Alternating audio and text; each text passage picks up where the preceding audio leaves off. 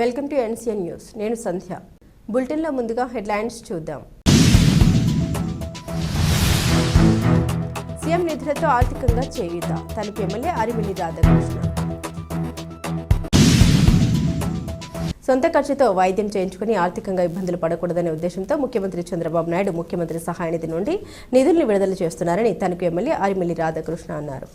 తణుకు నియోజకవర్గంలో 77 మంది లబ్ధిదారులకు 44.43 లక్షల రూపాయల మేర ఆర్థిక సహాయం చెక్కుల రూపంలో అందజేసి మాట్లాడారు. ఎన్టీఆర్ ఆరోగ్య సేవ పథకం వర్తించిన లబ్ధిదారులు సొంత ఖర్చులతో వైద్యం చేయించుకున్న వారికి రాష్ట్ర ప్రభుత్వం అండగా ఉంటుందని అన్నారు. కూటమి ప్రభుత్వం అధికారంలోకి వచ్చిన తర్వాత తణుకు నియోజకవర్గంలో ఇప్పటివరకు 751 మందికి 6.05 కోట్ల రూపాయల సీఎం రిలీఫ్ ఫండ్ రూపంలో అందజేసినట్టు తెలిపారు. గత వైసీపీ ప్రభుత్వం హయాంలో 5 ఏళ్లు కనీసం 5 కోట్లు సైతం ఇవ్వలేని ముందు స్థితి ఉందని అన్నారు. గతంలో ముఖ్యమంత్రి సహాయ నిధి కోసం లబ్ధిదారుల దరఖాస్తులు సైతం బుట్ట దాఖలు చేశారని విమర్శించారు. కూటమి ప్రభుత్వం బాధ్యతాయుతంగా లబ్ధిదారులకు అండగా ఉండాలన్న ఉద్దేశంతో నిధులు కేటాయించడం జరుగుతుందని అన్నారు. ముఖ్యమంత్రి చంద్రబాబు నాయుడు, ఉప ముఖ్యమంత్రి పవన్ కళ్యాణ్, రాష్ట్ర మంత్రి నారా లోకేష్, ప్రధానమంత్రి నరేంద్ర మోదీ సమన్వయంతో రాష్ట్రానికి 4 స్తంభాలు ఉంటూ రాష్ట్రంలో అభివృద్ధి సంక్షేమాన్ని అమలు చేస్తున్నారని ఎమ్మెల్యే రాధాకృష్ణ తెలిపారు. ఈ కార్యక్రమంలో కూటమి నాయకులు, కార్యకర్తలు, లబ్ధిదారులు తదితరులు పాల్గొన్నారు.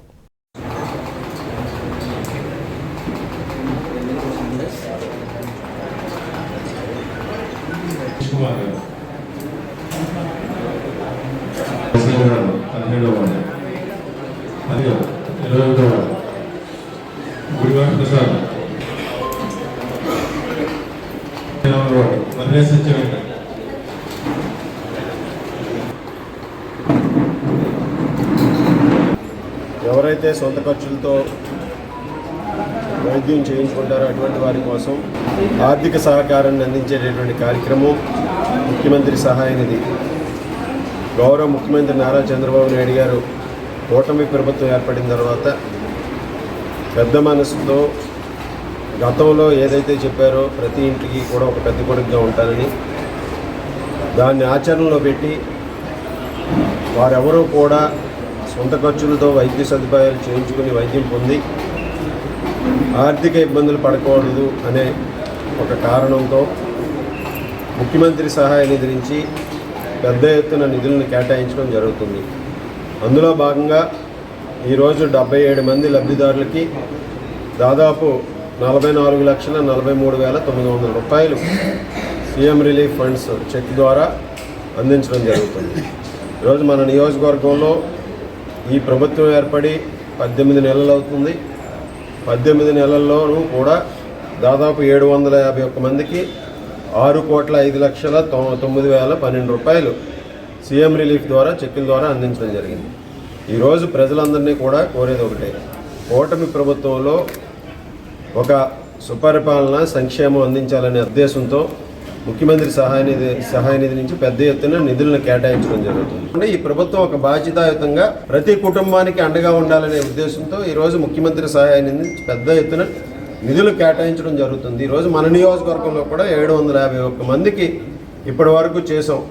ప్రతి అప్లికేషను కూడా ఎవరు ఇబ్బందులున్నా వారు సీఎం రిలీఫ్ ఫండ్ ద్వారా బిల్స్ ఎవరైతే పెట్టుకుంటున్నారో అటువంటి వారికి ఎవరికి అందరికీ కూడా ఈరోజు న్యాయం చేసే విధంగా కూడకుండా ముందుకు వెళ్తున్నాం.